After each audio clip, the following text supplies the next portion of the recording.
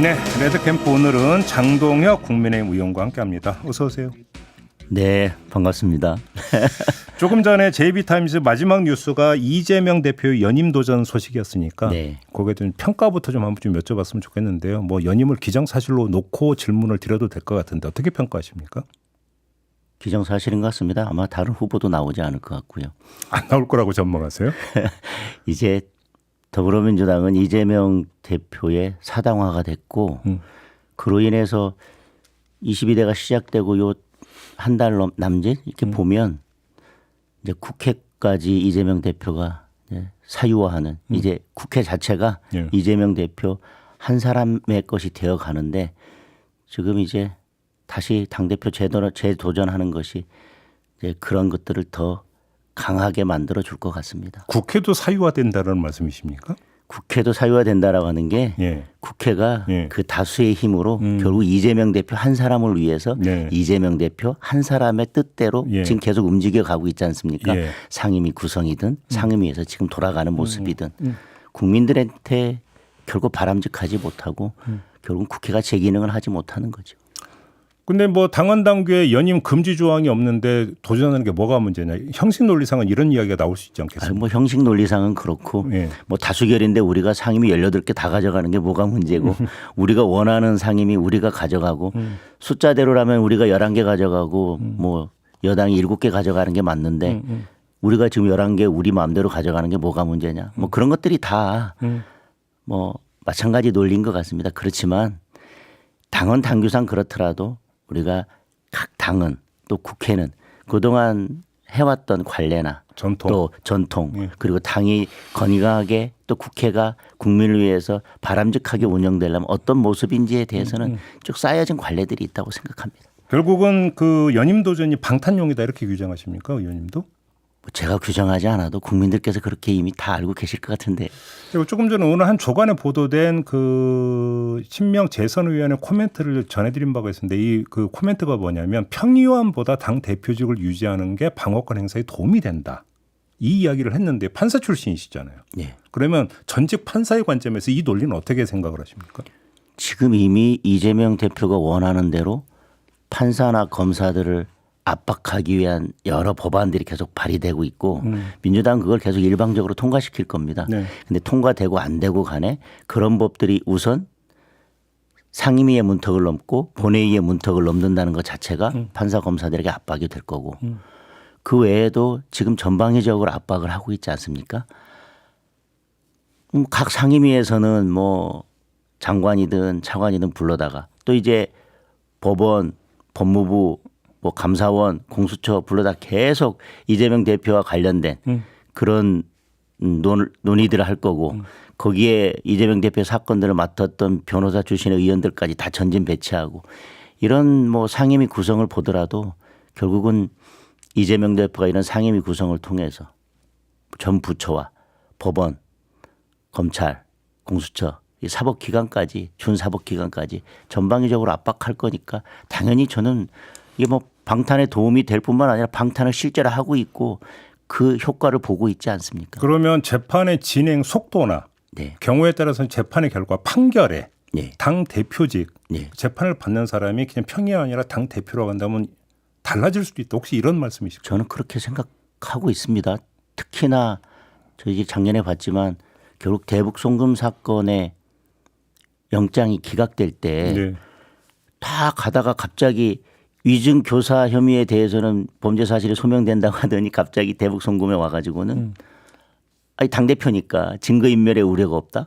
앞뒤 논리도 안 맞는 이유로 당대표라는 이유로 영장을 기각했지 않습니까? 네. 영장을 기각한 것이 여기까지 오고 있는 것이고요.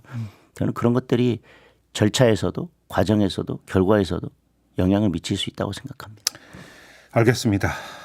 국민의힘으로 좀 이제 넘어갈 텐데요. 한동훈 전 비대위원장이 출마 선언을 했습니다. 네. 그 사전에 이제 의원님하고 긴밀히 상의를 해왔던 거죠. 충분히 의사소통은 했습니다. 네.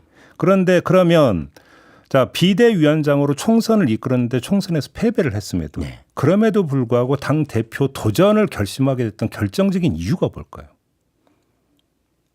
지금 당 상황이 어렵습니다. 비대위원장 하면서도 그리고 또 비대위원장을 사퇴하면서도 여러 정치적인 약속들을 했고 그 약속을 지키기 위해서 잠깐 비대위원장에서 물러나지만 계속 정치를 하겠다.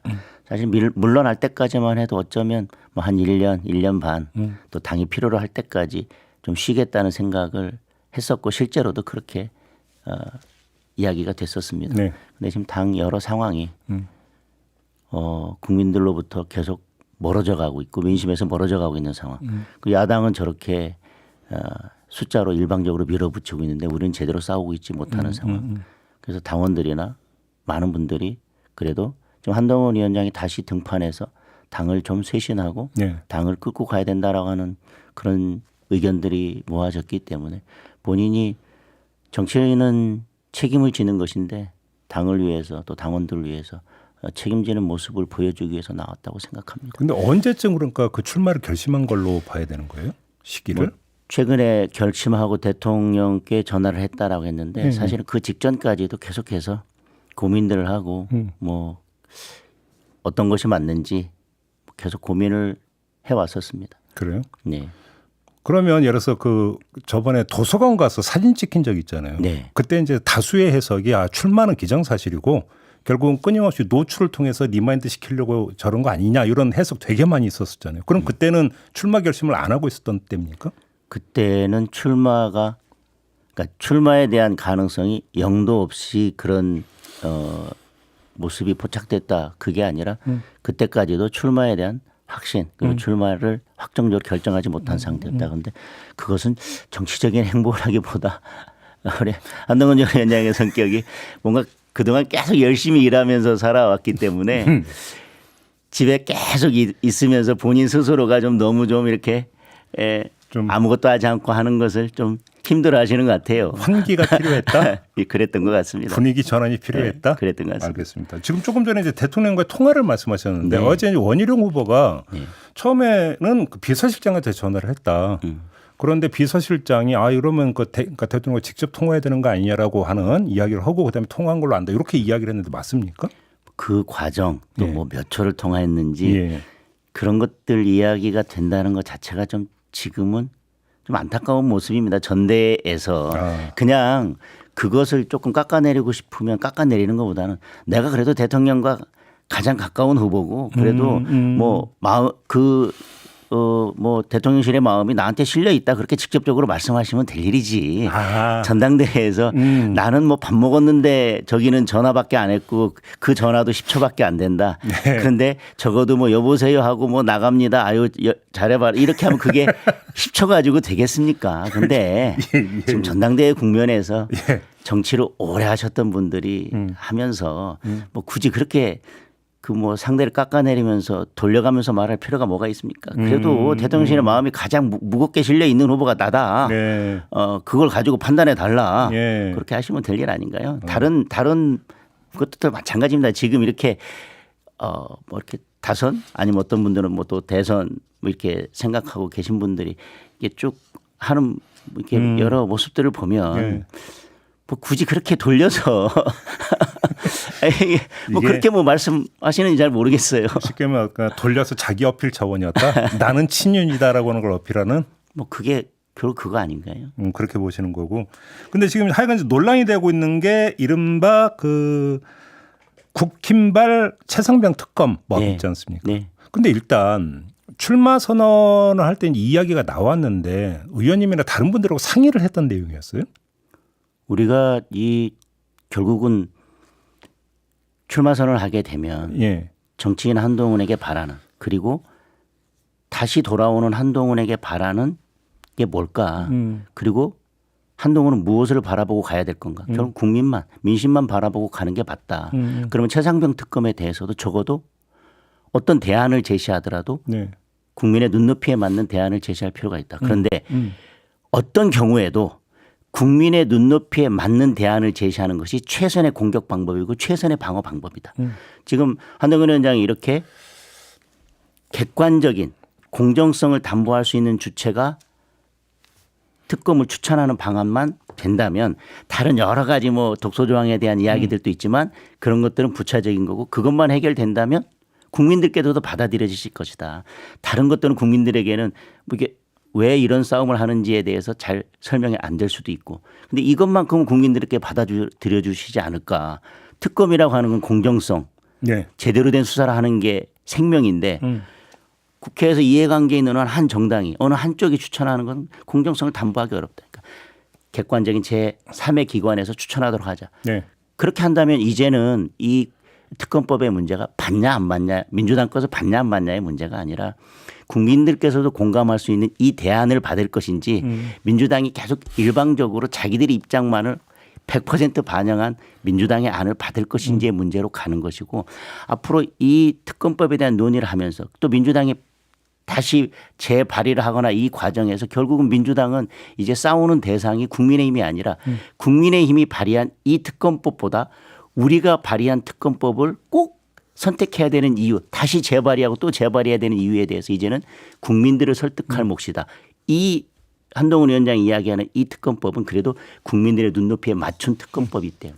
그 여기서 이제 대법원장 추천 이야기가 나왔잖아요. 네네. 근데 뭐 그것이 원래 그러나 여기서 지금 뭐 이야기할 시간적 여유도 없고 다만 천하람 개혁신당 원내대표가 어제 이른바 절충안이라고 하는 걸 내놨어요. 대한변협 추천은 어떠냐? 네. 이거 혹시 받을 용의가 있습니까? 저는 어떤 것이든 국민들께서 볼 때 그 정도면 누가 보더라도 가장 객관적이고 공정한 주체로서 특검의 실효성도 담보할 수 있는 그런 주체가 추천하는 특검이다라고 하면 가능성을 열어놓고 저희들이 검토할 수 있다고 생각합니다. 한동훈 위원장도 예를 들어 예전에 이런 특검에서는 대법원장이 한 예도 있지 않냐.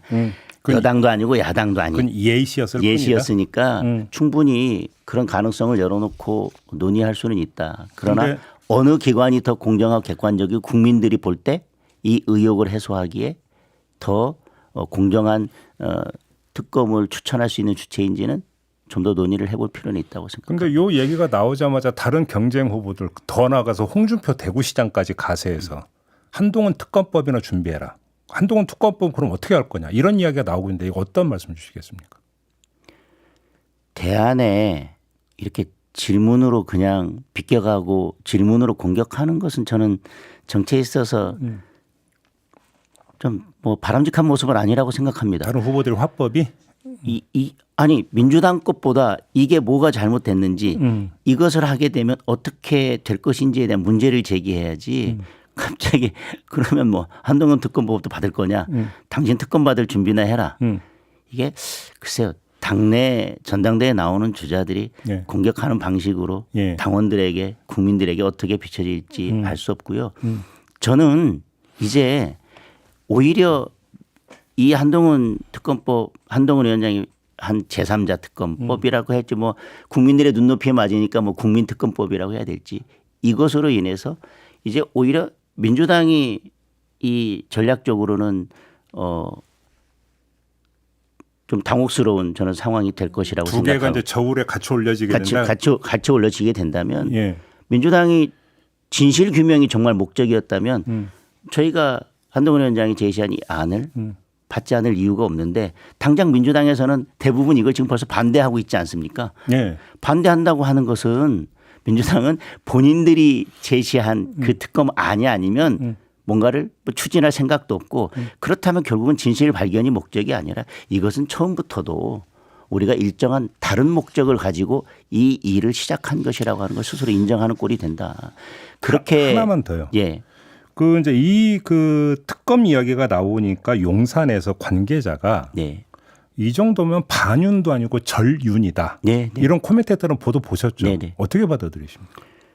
저는 민주당의 특검법을 그냥 민주당의 특검법 그걸 놓고 계속 반대만 해가지고는 이 문제가 해결되지 않는다고 생각합니다. 그리고 민주당이 계속 이걸 재발의할 때 계속 국민들에게서 우리는 계속 민심에서 멀어지기만 하고 민주당의 공격을 방어할 방법이 전혀 없습니다.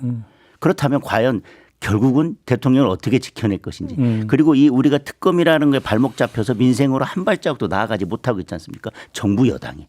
정부 여당은 여기서 빨리 빠져나와서 민생으로 나아가야 됩니다. 그런데 이렇게 제3자 특검법 아니면 뭐 국민특검법 이것을 제안하고 나면 이제는 우리는 여기에서 빠져나와서 민생으로 나아가고 민주당이 자기들이 주장하는 특검과 이 제3자 특검을 놓고 자기들이 국민들을 설득하는 국면으로 들어가게 됩니다. 네. 우리는 여기서 빠져나와도 됩니다. 왜? 민주당에게 진실 규명이 목적이라면 우리가 제시한 이 안을 받으면 되니까 이 안을 받을 마음이 있으면 우리한테 그때 연락 주십시오. 우리는 민생을 향해서 나아가겠습니다. 알겠습니다. 이런 정면으로 바뀌는 것이고 그것이 저는 진정 대통령을 위하는 길이고 윤석열 정부의 성공을 위하는 길이고 정권 재창조를 위하는 길이라고 생각합니다. 무엇이 궁극적으로 대통령을 위하는 것이냐는 다시 한번 생각할 필요가 있다. 그 한동훈 그냥 후보라고 부를게요. 네네. 한동훈 후보가 그 김건희 특검법에 대해서는 반대 의사를 표명을 하면서 검찰 수사를 이야기를 했는데 네네.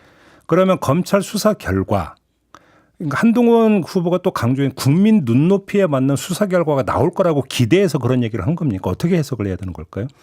일부는 수사 중에 있고 일부는 재판 중에 있고 근데 수사 중에 있는데 하나는 사실관계 규명은 뭐 이미 뭐 동영상도 있고 다 있습니다. 명품백 말씀하시는 그렇죠. 거죠. 예. 그냥 법리 문제만 있는 것을 특검으로 간다고 하는 것은 우리가 좀 법을 조금만 이렇게 안다면 그리고 특검이 왜 언제 특검이 도입되는지를 안다면 아마 그것은 특검 자체가 적절하지 않다고 하는 부분에 대해서는 공감할 수 있을 것 같습니다. 도이치는.